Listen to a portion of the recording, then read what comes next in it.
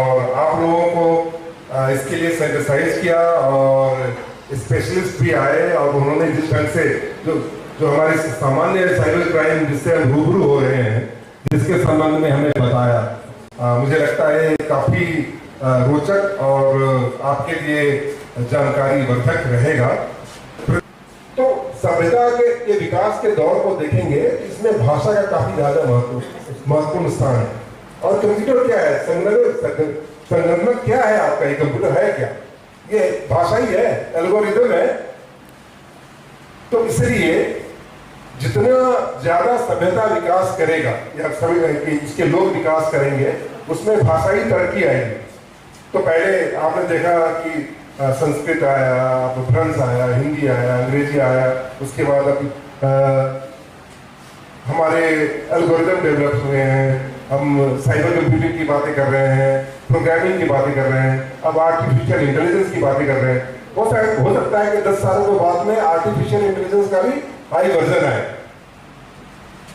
आप सबों ने देखा होगा, आपने राजदूत मोटरसाइकिल देखी है, कितने लोगों ने देखी है? और आपने नोकिया का फोन भी देखा होगा। अभी कहीं भी राजदूत मोटरसाइकिल नजर आता है, एम्बेसडर कार।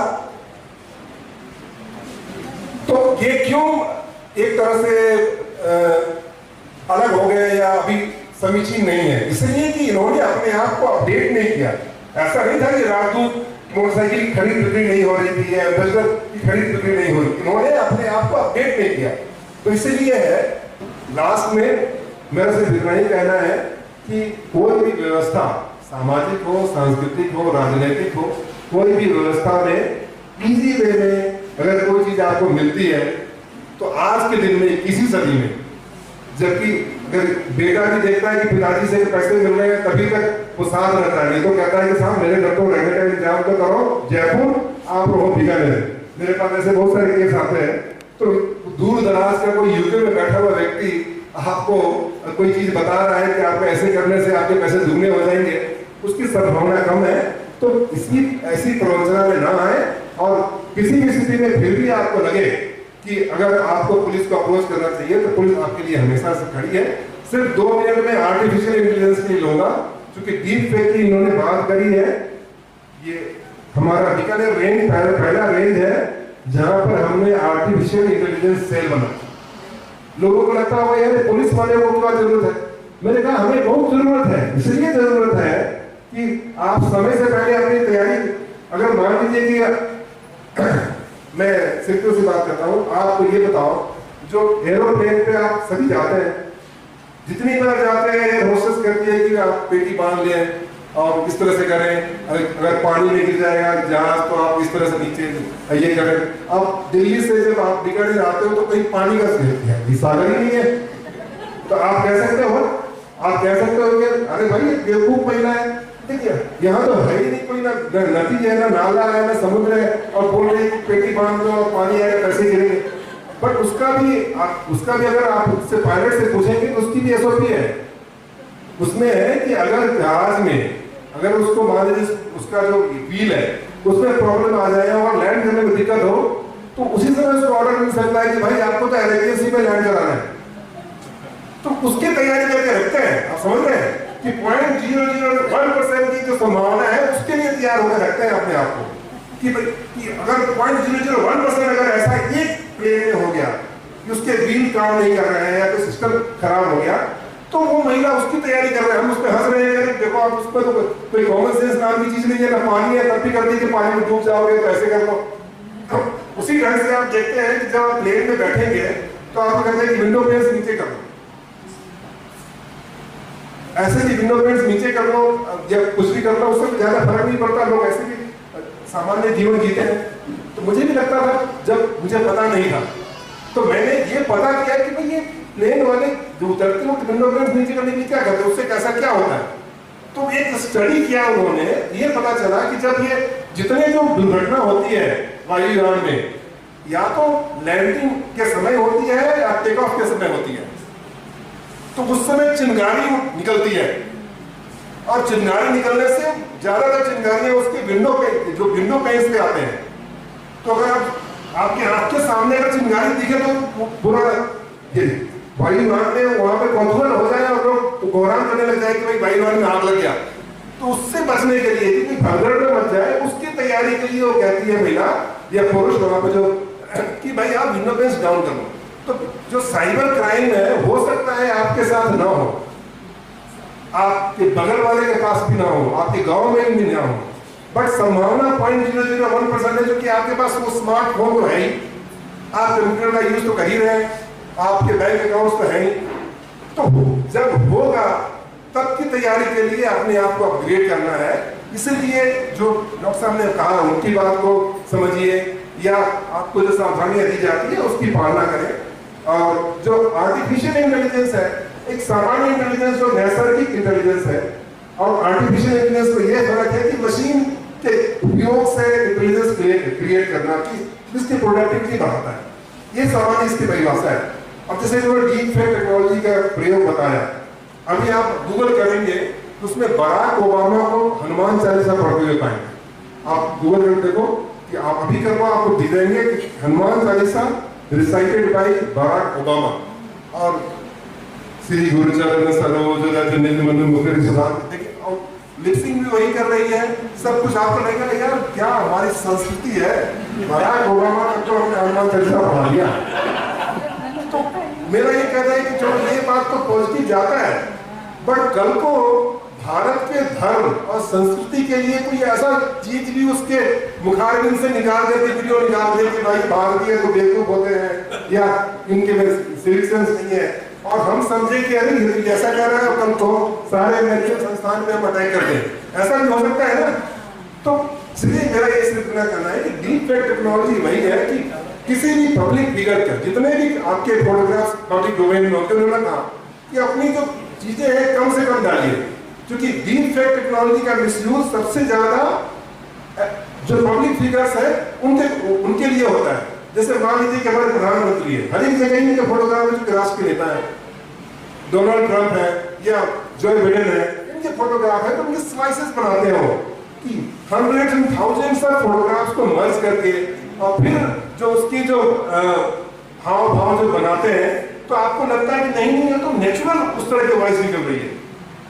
जैसे आपने देखा होगा लालू यादव और नीतीश कुमार का बनाते हैं, दोनों गाना गा रहे हैं कि हमारी पटरी टूट गई, हमारी नैया टूट गई, इस तरह से कुछ बनाते हैं, तो उनके लिपसिंग ठीक नहीं हो पा रही है, क्योंकि उनके उतने फोटोग्राफ अवेलेबल नहीं होंगे।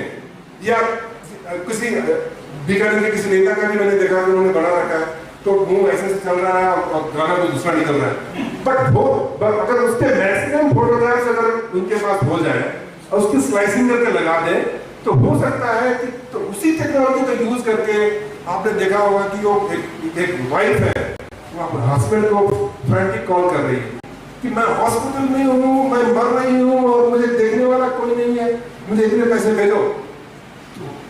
वाइफ एक तो वाइफ और उस पर से फ्रैंटिक कॉल कर रही है, समझ सकते।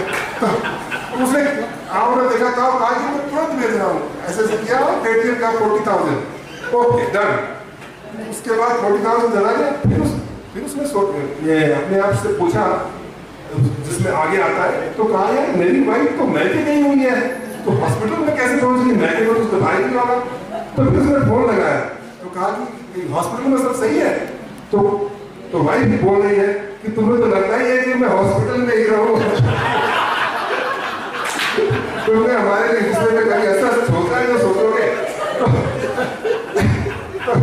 तो मेरा सिर्फ इतना कहना है, तो उसने वेरीफाई नहीं कराया वाइफ से और 40,000 लगा दिए। तो वैसी चीजें हो रही है।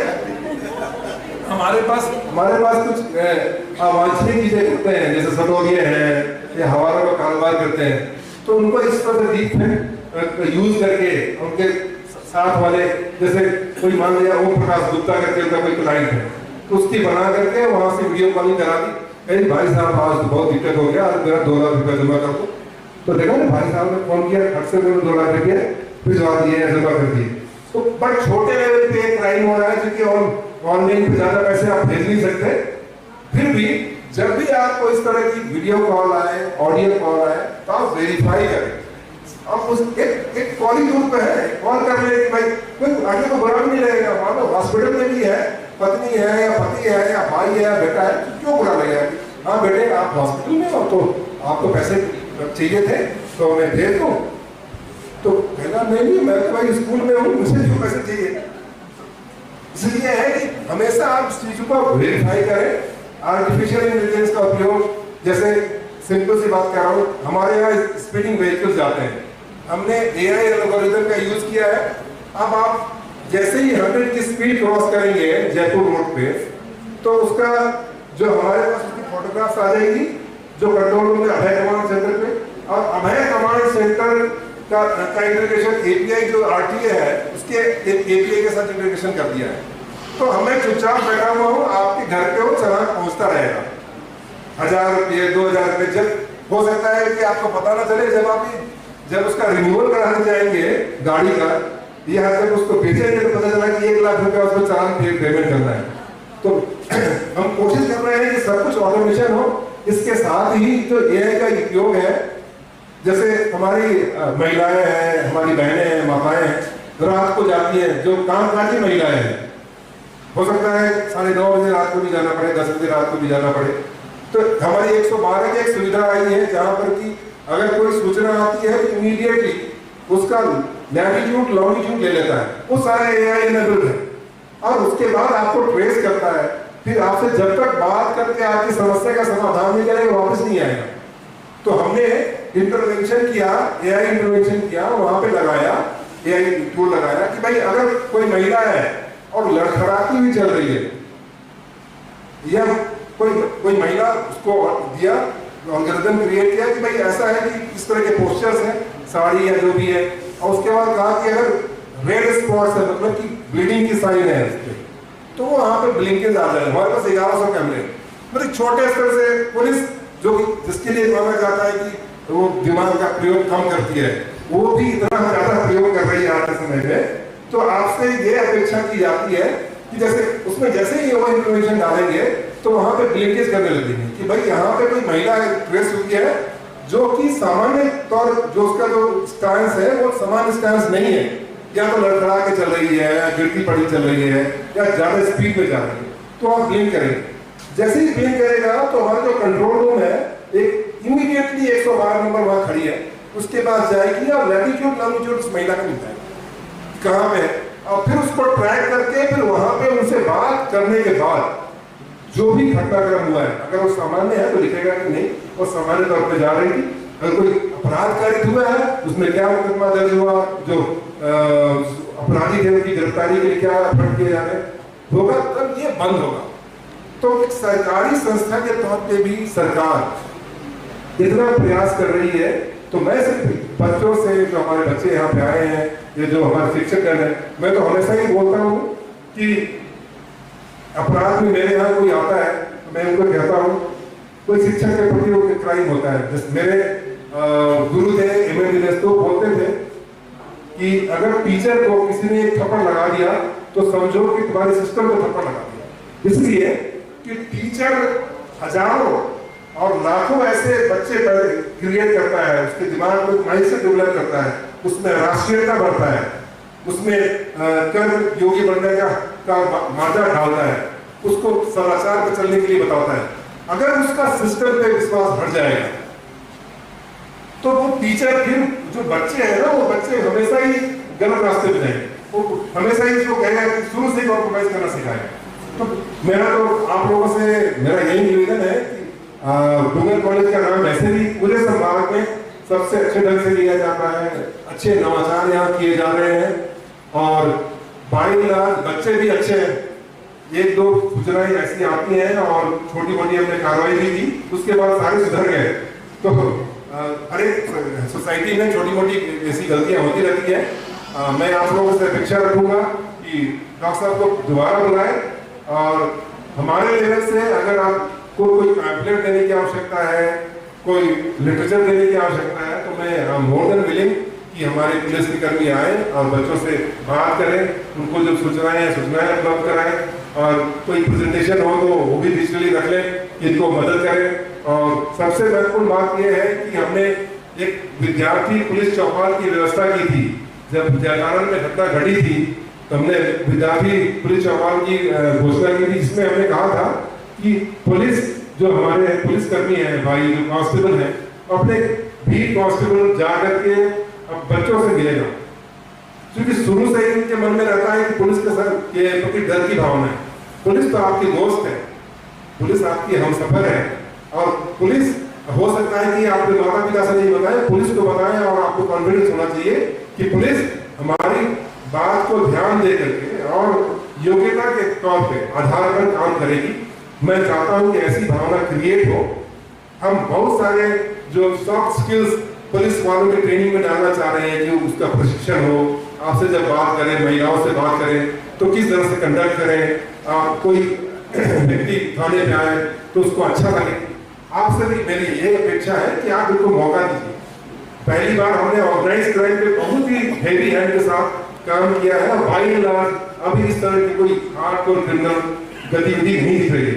अब जो पब्लिक फेस है पुलिस का, कि पुलिस कहीं भी अगर आपके मोहल्ले में भी आपको लगता है कि कोई 10 बजे के बाद कोई लाउड स्पीकर बजा रहा है और पुलिस के पास जाए, कम से कम पुलिस आपको रिस्पॉन्ड करे और वहां पर जाए, बंद करने की कार्रवाई करेगा करे, पर जरूर समझाए ऐसी कार्रवाई करे कि भाई ये सुप्रीम कोर्ट के आदेशों की अवहेलना है, 10 बजे के बाद बंद करें। हमारे बुजुर्ग अभी सोते हैं, इनको नींद में प्रॉब्लम हो सकती है, इनकी हार्ट इश्यू हो सकती है। छोटी छोटी चीजें हैं और इन छोटी छोटी चीजों से ही समाज बनता है। बहुत दिनों से मेरी इच्छा थी और आकांक्षा थी कि मैं आप लोगों के साथ इंटरेक्ट करूं, आपने मौका दिया, आपका बहुत बहुत शुक्रिया। बस माध्यम साइबर क्राइम बना,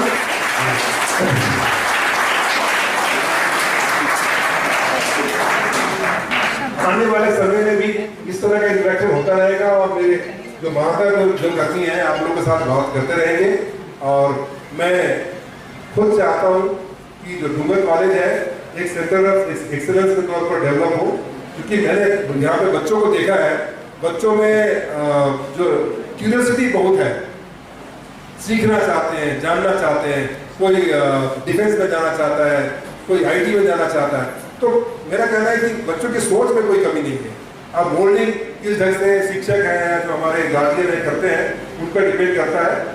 wish you all the best. मुझे आप लोगों के समक्ष आकर के बोलने में अच्छा लगा, थोड़ी सी गतिरोध हुआ, उसके लिए क्षमा चाहता हूँ।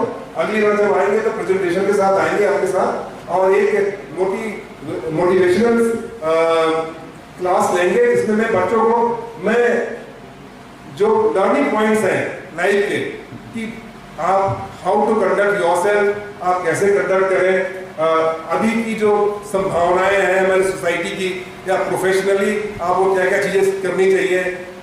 जब मैं कॉलेज में था तो मुझे उतना ढंग से गाइडेंस नहीं मिला, तो मैं चाहता हूँ कि कभी ये सारे बच्चे जाए तो कम से कम एक बार कहें कि मुझे एक व्यक्ति ने तो बताने की कोशिश की थी। आप कभी ऐसा मौका देंगे तो हम इकट्ठे होंगे, बच्चों के साथ एक काउंसलिंग सेशन भी रखेंगे, जिसमें किसी एक्सपर्ट को भी लाएंगे, जिससे कि कम से कम मुझे ये सुनने को नहीं मिले कि कोई अपराध कार्य हुआ जिसमें डूंगर कॉलेज के बच्चे, ये फिर मुझे अगर ये लग जाएगा तो मुझे लगता है बीकानेर में जो नई पीढ़ी है उसका भविष्य उज्जवल है, इसको कहने में कोई भी गुरेज नहीं है। आप लोगों का शुक्रिया, धन्यवाद।